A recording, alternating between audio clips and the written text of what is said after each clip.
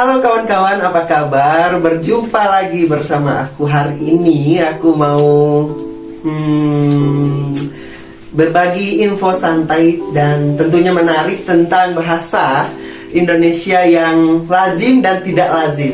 Nah, istilahnya seperti ini. Jadi, bahasa kata-kata yang akan saya jelaskan ini adalah kata-kata yang lazim di Malaysia dan tidak lazim di Indonesia dari segi makna. Karena kata-kata ini tuh ada di dua negara dan tidak lazim ataupun maknanya itu berbeda seperti itu. Ini berdasarkan makna ya. Oke, kata pertama yaitu bancu. Nah, di Malaysia kata bancu ini itu sangat lazim dan sering sekali digunakan. Dan sebenarnya kata bancu ini ada di Kamus Besar Bahasa Indonesia.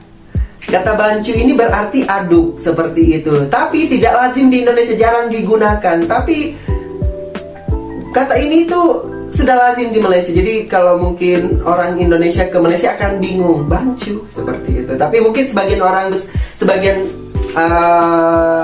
orang-orang Indonesia mungkin sudah tahu kata bancu ini. Oke, kata kedua yang lazim dan tidak lazim ini adalah serono. Nah, kalau di Malaysia serono itu menyenangkan hati. Nah, itu pemahaman orang-orang Indonesia.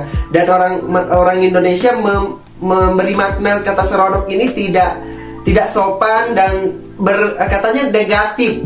Tapi sebenarnya berdasarkan kamus itu kata seronok itu artinya menyenangkan hati, sama artinya dengan di Malaysia, tapi pemaknaannya itu di Indonesia berbeda dengan di Malaysia. Secara sosial ya, secara bersosial hari-hari orang memaknai kata seronok ini negatif, padahal di kamus itu maknanya menyenangkan hati. Cek di kamus ya. Oke, kata ketiga yaitu bekas. Nah, bekas, kalau di Malaysia kata bekas ini bisa bekas luka ataupun bekas untuk menyatakan wadah, seperti itu. Bekas yang wadah seperti Tupperware, seperti itu, untuk menyimpan sesuatu. Nah, di Indonesia bekas ini sering digunakan untuk menyatakan luka ataupun bekas melakukan sesuatu atau apapun itu.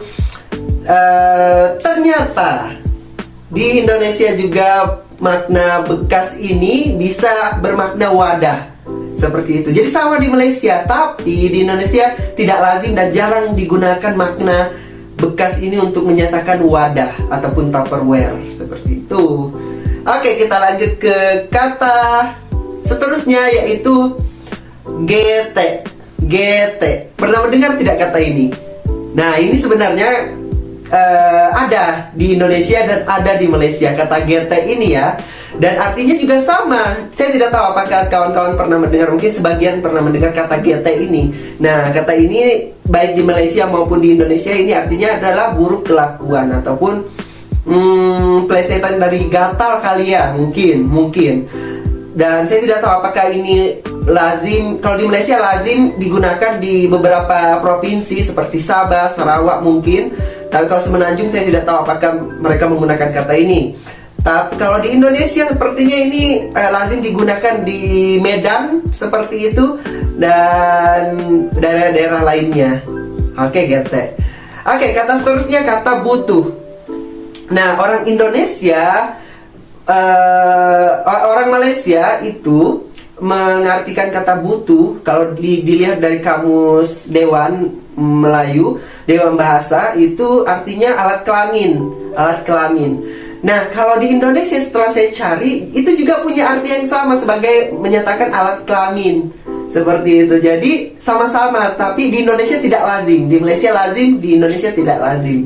Jadi, ataupun jarang digunakan makna butuh ini untuk alat kelamin, tapi biasa digunakan kata butuh ini untuk keperluan, perlu, seperti itu. Oke, kata seterusnya yaitu duduk.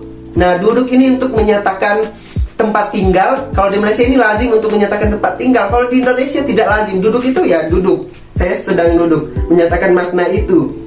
Tapi di Kamus Besar Bahasa Indonesia ternyata sudah ada makna duduk ini untuk menyatakan tempat tinggal. Di mana? Cek di kamus ya.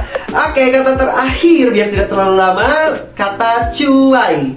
cuai. Di Malaysia ini kata cuai ini sering digunakan sehari-hari dan sangat lazim sekali. Kalau di Indonesia kata cuai ini jarang digunakan dan mungkin banyak orang belum tahu. Dan ternyata di Kamus Besar Bahasa Indonesia kata cuai ini artinya adalah lalai ataupun tidak berhati-hati seperti itu. Jadi sudah ada cuma tidak lazim saja atau jarang digunakan. Oke kawan-kawan, itu kata-kata yang lazim dan tidak lazim. Sebenarnya kesimpulan yang bisa saya ambil adalah persamaan di Indonesia dan Malaysia kata-kata ini tuh artinya tuh dari segi kamus sama, tapi pemaknaan di masyarakat itu berbeda-beda atau secara umumnya itu berbeda baik di Malaysia maupun di Indonesia. Namun jangan khawatir, semoga video ini bisa memberi gambaran bahwa kata ini itu maknanya ada di Indonesia dan sama, jadi bisa menambah wawasan kita bersama. Oke, sampai jumpa di video selanjutnya. Jangan lupa tekan lonceng. Oke, like, share, dan komen. Bagikan kalau bermanfaat. Sampai jumpa di video selanjutnya. Bye-bye.